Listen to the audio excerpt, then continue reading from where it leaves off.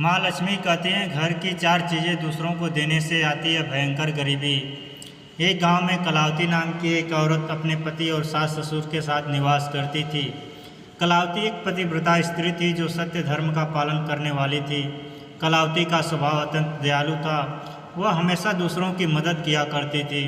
कलावती का पति एक व्यापारी था। उसका बहुत बड़ा कारोबार था। वह बाजार में लोगों को ज़रूरत की चीज़ें बेचा करता था। कलावती अपने पति से बहुत प्रेम करती थी। वह अपने पति को ही परमेश्वर मानकर उसकी सेवा करती थी। कलावती रोजाना अपने पति से पहले जागती थी और अपने घर की साफ सफाई करती थी। उसके बाद स्नान आदि कार्य संपन्न करके वह तुलसी को जल देती थी और देवी देवताओं का पूजन करती थी। इस प्रकार से वह रोज अपना नित्य कर्म करती थी। कलावती ने कभी किसी का अनादर नहीं किया। वह सभी के साथ मीठी बाड़ी में बातें करती थी। सभी लोग कलावती को देखकर कहते थे कि यह तो साक्षात लक्ष्मी के समान गुणवान स्त्री है। यह अपने परिवार का कितने अच्छे से ख्याल रखती है। इसके अलावा कलावती दान धर्म करते समय कभी अपने हाथ पीछे नहीं खींचती थी। उसके द्वार पर जो भी याचक आता तो वह उसे दान दिए बिना नहीं भेजती थी। उसके द्वार से कोई खाली हाथ नहीं जाता था। जो भी भूखा उसके द्वार पर आता तो वह भरपेट भोजन करके ही लौटता था, जिससे उसके द्वार पर आए हुए सभी याचक अत्यंत प्रसन्न होकर उसे आशीर्वाद देकर लौट जाते थे। इतना ही नहीं, कलावती अपने पड़ोसियों को भी सहायता करती थी। उसके पड़ोस में जो भी गरीब और दुखी लोग रहते थे उन्हें भी वह नित्य भोजन दिया करती थी। पड़ोसियों को जिन चीज़ों की ज़रूरत होती तो कलावती बिना विचार किए ही दे दिया करती थी, जिस कारण से कलावती के पड़ोसी भी उसका बहुत सम्मान करते थे। वह कहते थे यह कलावती तो साक्षात देवी की है। साक्षात माँ अन्नपूर्णा ने ही कलावती के रूप में जन्म लिया है। लोग जब भी कलावती की प्रशंसा करते तो वह सभी उसके विषय में अच्छी बातें ही कहते थे, लेकिन लोगों की बातें सुनकर भी कलावती ने कभी घमंड नहीं किया। वह उन सभी से आदर और सम्मान से ही बातें किया करती थी। फिर एक दिन की बात है, कलावती की एक पड़ोसन उसके घर पर आती है तो कलावती उसका स्वागत करती है और बड़े ही प्रेम से कहती है, हे बहन, हमारे घर में तुम्हारा स्वागत है। आज किस कारण से तुम्हारा मेरे घर में आगमन हुआ है? यदि कोई वस्तु चाहिए तो मुझसे मांग लो, मैं तुम्हारी अवश्य मदद करूंगी। कलावती की पड़ोसन कहती है, हे कलावती, आज मेरे घर पर बहुत से रिश्तेदार आए हैं। उनके लिए मैं भोजन बना रही हूँ, इसलिए मैं तुम्हारे पास रोटी बनाने के लिए चकला बेलन और तवा मांगने आई हूँ। यदि तुम कुछ समय के लिए मुझे तुम्हारा चकला बेलन और तवा दे दोगी तो बड़ी कृपा होगी। मैं काम हो जाने के बाद तुम्हें जल्द ही लौटा दूंगी। कलावती कहती है, हे बहन, इसमें कौन सी बड़ी बात है? अभी मुझे चकला बेलन की आवश्यकता नहीं है, इसलिए तुम मेरा चकला बेलन और तवा ले जा सकती हो। रुको, मैं अभी लाकर देती हूँ। फिर कलावती रसोई पर घर में जाती है और रसोई घर से चकला बेलन और तवा लाकर उस पड़ोसन को दे देती है। तब पड़ोसन कहती है, हे बहन, तुम्हारा बहुत बहुत धन्यवाद। आज तुमने मेरी मदद कर दी। मैं अपने मेहमानों को भोजन कराकर तुम्हारा चकला बेलन जल्दी से लौटा दूंगी। कलावती कहती है, हे बहन, चिंता की कोई बात नहीं है।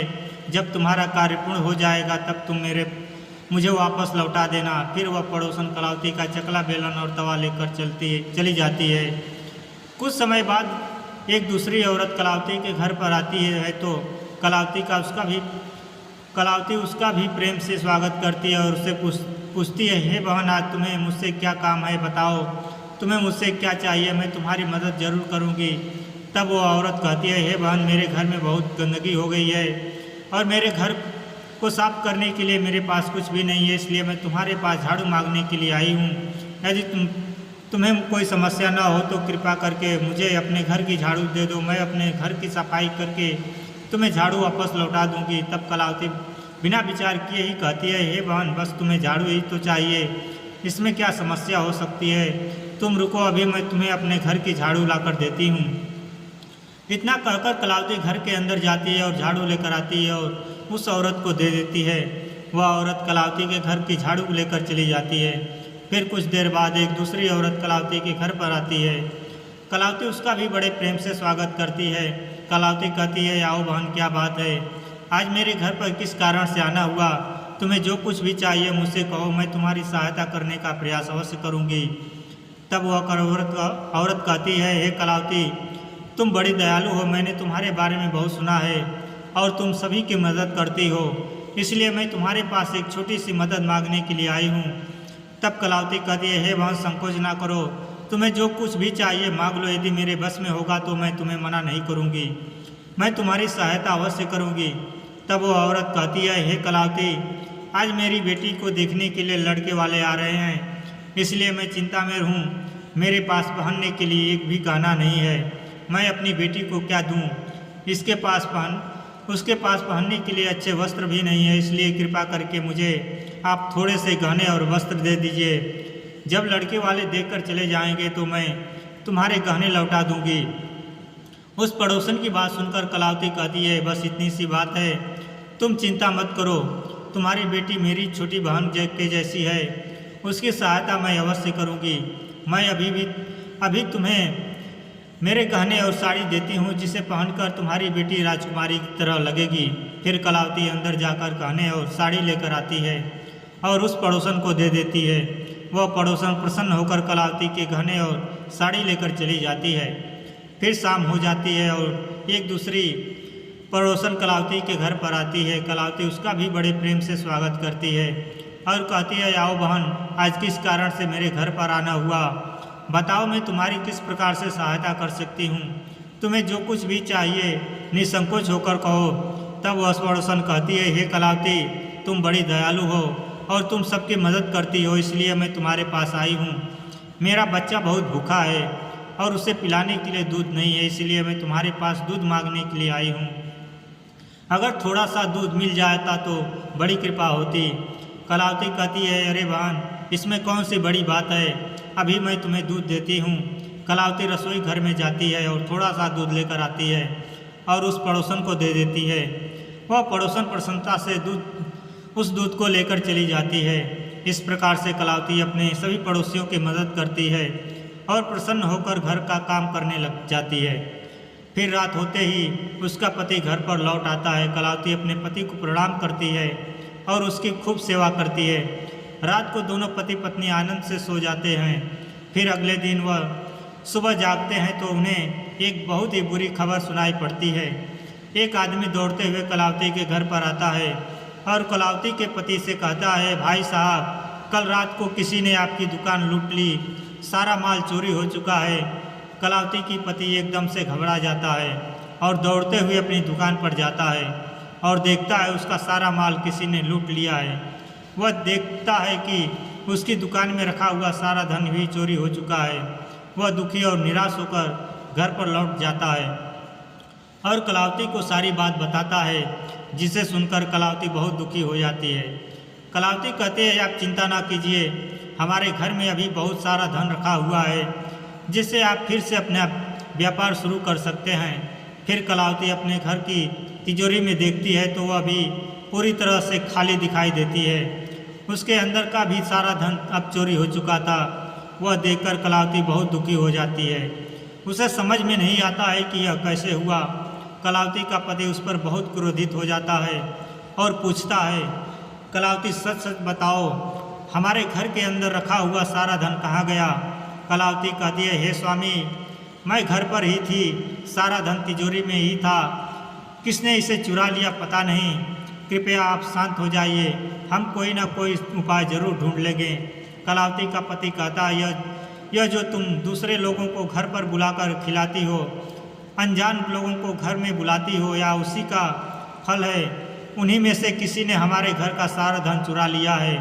क्रोध में आकर कलावती का पति उसे भला बुरा कहता है। कलावती की सास भी उसे बहुत कोसती है और कहती है, तुम इन पड़ोसियों को घर की चीज़ें देती रहती हो, बिना सोचे समझे किसी भी की मदद कर देती हो। उन्हीं में से किसी ने सारा पैसा चुरा लिया है। घर से सभी लोग कलावती को भला बुरा कहने लगते हैं। फिर कलावती अपने पति को दिलासा देते हुए कहती है, हे स्वामी, मैंने मेरे कुछ गहने हमारी पड़ोसन को दिए हैं, मैं उनके पास से गहने लेकर वापस आती हूँ। फिर कलावती उस गरीब पड़ोसन के घर पर जाती है तो देखती है उसके घर पर कोई नहीं था। वह औरत भी अपना घर छोड़कर भाग गई थी। कलावती निराश होकर वापस अपने घर पर लौट आती है और अपने पति को सारी बात बता देती है। कलावती की बात सुनकर उसका पति आग बबूला हो जाता है और कलावती को भला बुरा कहने लगता है। कलावती का पति कहता है, हे कलावती, तुम बड़ी मूर्ख हो, तुम्हारे ही कारण हमारा सारा धन वैभव चला गया है। तुम्हारे दान देने की आदत के कारण ही हमारे ऊपर यह मुसीबत आन पड़ी है। अब तुम इस घर में नहीं रह सकती, तुम अभी इसी क्षण इस घर को छोड़कर चली जाओ। कलावती कहती है, हे स्वामी, आपके सिवा मेरा इस दुनिया में कोई नहीं है, मैं आपको छोड़कर कहाँ जाऊँ। कलावती का पति कहता है, तुम कहीं पर भी जाओ, लेकिन अब इस घर में तुम नहीं रह सकती। तुम्हारे ही कारण मेरा सब कुछ बर्बाद हो गया। तुम इस घर में रहोगी तो बचा कुचा सब नष्ट हो जाएगा। कलावती अपने पति से हाथ जोड़कर विनती करने लगती है, हे स्वामी, ऐसा मत कहिए, मैंने कोई अपराध नहीं किया है। आपके बगैर मैं जीवित नहीं रह सकती, आप मुझे घर से मत निकालिए। लेकिन कलावती का पति उसकी एक नहीं सुनता है और उसे अपने घर से धक्के मारकर निकाल देता है और कहता है, अब तुम इस घर से चली जाओ और लौटकर मत आना, चाहे किसी कुएं में कूदकर अपनी जान दे देना, लेकिन अब तुम इस घर में मेरे साथ नहीं रह सकती। फिर कलावती दुखी होकर रोते हुए अपने पति के घर को छोड़कर चली जाती है। चलते चलते कलावती माता लक्ष्मी के मंदिर में जाती है और माँ लक्ष्मी से प्रार्थना करते हुए कहती है, हे माता, मैंने ऐसा कौन सा पाप किया है जो मेरी ऐसी दुर्दशा हुई है। हे माँ लक्ष्मी, मैं तो रोजाना आपकी पूजा करती थी, फिर भी आपने मेरा घर क्यों छोड़ दिया। कृपया मुझे बताओ, मैंने ऐसा कौन सा अपराध किया है जो आप मुझसे रूठ गई। फिर कलावती वहीं पर बैठकर सोचने लगती है, यदि मेरे पति मुझे स्वीकार नहीं करेंगे तो मैं जीवित रहकर क्या करूँगी। यदि मेरे ही कारण मेरे पति की दुर्दशा हुई हो तो मुझे जीवित रहने का कोई अधिकार नहीं है। यह सोचकर कलावती अपने प्राण देने के लिए कुएं की तरफ जाने लगती है। कुएं के पास जाकर कलावती माता लक्ष्मी से प्रार्थना करती है, हे माँ लक्ष्मी, अब मैं अपने प्राण देने जा रही हूँ। यदि मेरे द्वारा आपकी पूजा में कोई कमी रह गई हो तो मुझे माफ़ करना। मैं अपने पति के बगैर जीवित नहीं रह सकती, इसलिए अब मैं इस कुएं में कूदकर अपने प्राण दे दूँगी। इतना कहकर कलावती कुएं में कूदने ही वाली थी कि साक्षात माँ लक्ष्मी उस स्थान पर प्रकट हो जाती है। माँ लक्ष्मी कलावती से कहती है, रुक जाओ कलावती, तुम यह क्या कर रही हो। कलावती आंखें खोलकर देखती है तो साक्षात माँ लक्ष्मी उसके सामने खड़ी है। माँ लक्ष्मी के दर्शन करके कलावती बहुत प्रसन्न हो जाती है और माँ को बारंबार प्रणाम करते हुए कहती है, हे माँ लक्ष्मी, मुझे क्षमा करो, मैं बहुत बड़ा पाप करने जा रही थी। देवी लक्ष्मी कहती है, हे कलावती, मनुष्य को स्वयं अपने प्राण नहीं लेने चाहिए, यह महापाप है। ईश्वर ने जो शरीर प्रदान किया है उसे ऐसे ही नष्ट नहीं करना चाहिए। कलावती कहती है, हे माँ, मैं विवश हूँ, मेरे पति ने मेरा त्याग किया है और स्त्री को अपने पति को छोड़कर नहीं रहना चाहिए। मैं अपने पति को छोड़कर जीवित नहीं रह सकती, इसी कारण से मैंने अपने प्राण देने जा रही हूँ। देवी लक्ष्मी कहती है, हे कलावती, मैं सब कुछ जानती हूँ और यह भी जानती हूँ कि तुम्हारे पति ने तुम्हारा त्याग क्यों किया है। यह सब तुम्हारी भूल के कारण हुआ है। तुमने अनजाने में कुछ ऐसी चीज़ों का दान किया था जिस कारण से मुझे तुम्हारा घर छोड़कर जाना पड़ा। जो भी स्त्री अपने घर की चीज़ों को दूसरों को दे देती है, उनके घर में मेरा वास नहीं होता है। मैं उन वस्तुओं के साथ ही उनका घर छोड़कर चली जाती हूँ। तब कलावती कहती है, हे माँ, ऐसी वह कौन सी वस्तुएं हैं, कृपया आप मुझे बताइए। मैंने कौन सी वस्तुओं का दान किया जिस कारण से आपने मेरे घर का त्याग किया है।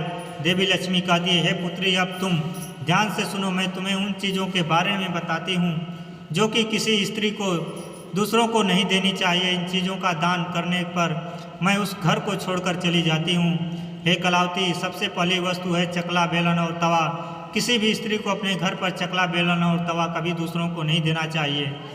रसोई घर में इन वस्तुओं का महत्व सबसे अधिक होता है। इन वस्तुओं की पवित्रता सदैव ही बनी रहनी चाहिए। इन्हीं वस्तुओं से भगवान विष्णु का प्रसाद बनाया जाता है और तवे पर बनी पहली रोटी भी गाय को खिलाई जाती है। इसलिए इन वस्तुओं का हमेशा स्वच्छ और शुद्ध रखना चाहिए। वस्तुओं को देने पर यह अपवित्र हो जाती है और फिर इनका उपयोग करना अशुभ फल प्रदान करता है। इसलिए हे कलावती, तुमने अपने रसोई घर का चकला, बेलन और तवा अपनी पड़ोसन को देकर पहली सबसे बड़ी भूल की है। आगे माँ लक्ष्मी कहती है, हे कलावती, अब तुम दूसरी वस्तु के बारे में सुनो। तुमने अपनी पड़ोसन को अपने घर में रखी हुई झाड़ू ही दे दी। जिस वस्तु में मेरा सदैव वास होता है, जो वस्तु मुझे सबसे अधिक प्रिय है, तुमने ही उसे पूरे दूसरे को दे दी, तो फिर मैं तुम्हारे घर में कैसे ठहरती। हे कलावती, जो स्त्री अपने घर की झाड़ू दूसरों को दे देती है, मैं उसके घर को त्याग देती हूँ। झाड़ू से घर की साफ सफाई की जाती है, और जहाँ पर साफ सफाई होती है उस स्थान पर मेरा वास होता है। हे कलावती, हमेशा ध्यान रखना, घर में झाड़ू को हमेशा छुपा कर रखना चाहिए। झाड़ू पर बाहरी व्यक्ति की दृष्टि नहीं पड़नी चाहिए। झाड़ू एक अत्यंत पवित्र वस्तु है, इस पर पैर नहीं लगना चाहिए और इससे कभी निष्ठा आदि प्रकार की गंदगी साफ नहीं करनी चाहिए। माँ लक्ष्मी कहती है, हे कलावती, अब तुम तीसरी वस्तु के बारे में सुनो। एक स्त्री को अपने आभूषण कभी अन्य महिला को नहीं देनी चाहिए। मैं सदैव ये आभूषणों में वास करती हूँ। स्त्री के 16 श्रृंगार में गहनों का बहुत अधिक महत्व होता है। एक विवाहित स्त्री को अपने आभूषण कभी अन्य स्त्री को पहनने के लिए नहीं देने चाहिए। जो स्त्री अपने आभूषण अन्य स्त्रियों को देती है, उसके जीवन में दुर्भाग्य आता है। कलावती, अब मैं तुम्हें चौथी वस्तु के बारे में बताती हूँ। किसी भी मनुष्य को शाम हो जाने के बाद कभी सफ़ेद रंग की वस्तुओं का दान नहीं करना चाहिए, किंतु तुमने शाम के समय दूध का दान किया था। शाम को दूध का दान करने से जीवन में दुर्भाग्य आता है। शाम को सफ़ेद रंग की चीज़ें दान करने से मनुष्य के जीवन में अशुभ काल आता है। माँ लक्ष्मी कहती है, हे कलावती, अब मैंने तुम्हें उन सभी वस्तुओं के बारे में बता दिया जिनका कभी दान नहीं करना चाहिए। यह वस्तुएं कभी दूसरों को उधार में अवस्था उपयोग के लिए नहीं देनी चाहिए। कलावती कहती है, हे माँ लक्ष्मी, मुझसे बड़ी भूल हो गई, मैं इन बातों में अनजान थी, कृपया मुझे क्षमा करो और अब मुझे प्रायश्चित करने का उपाय बताओ। तब देवी लक्ष्मी कहती है, हे कलावती, तुमने प्रायश्चित पहले ही कर लिया है, इसलिए अब तुम अपने घर पर लौट जाओ। मैं तुम्हें तुम्हारा संपूर्ण वैभव और धन संपत्ति लौटाती हूँ। इतना कहकर माँ लक्ष्मी उस स्थान से अंतर्ध्यान हो जाती है। फिर कलावती भी माँ लक्ष्मी को धन्यवाद देती है और उस स्थान से घर की तरफ जाने लगती है। तभी उसका पति ढूंढते हुए उसकी तरफ आता है और वह कलावती के पास जाकर उससे क्षमा मांगता है और कहता है, हे कलावती, मुझे माफ़ कर दो, मैंने तुम्हें बहुत भला बुरा कहा था। तुम तो साक्षात देवी के समान हो। माँ लक्ष्मी की कृपा से हमें अपना सारा धन वैभव वापस मिल गया है। जिन लोगों ने हमारा धन चुराया था, उन सभी ने हमारा धन हमें वापस लौटा दिया। यह सुनकर कलावती बहुत प्रसन्न होती है और अपने पति के साथ घर पर लौट जाती है। माँ लक्ष्मी की कृपा से कलावती के घर में फिर से सुख समृद्धि आती है और उसके बाद से कलावती ने अपने घर की यह 4 चीज़ें कभी दूसरों को नहीं दी। वीडियो अगर पसंद आया तो वीडियो को लाइक और हमारे चैनल को सब्सक्राइब जरूर करें और अपने दोस्तों तक शेयर करें। धन्यवाद। जय श्री कृष्ण।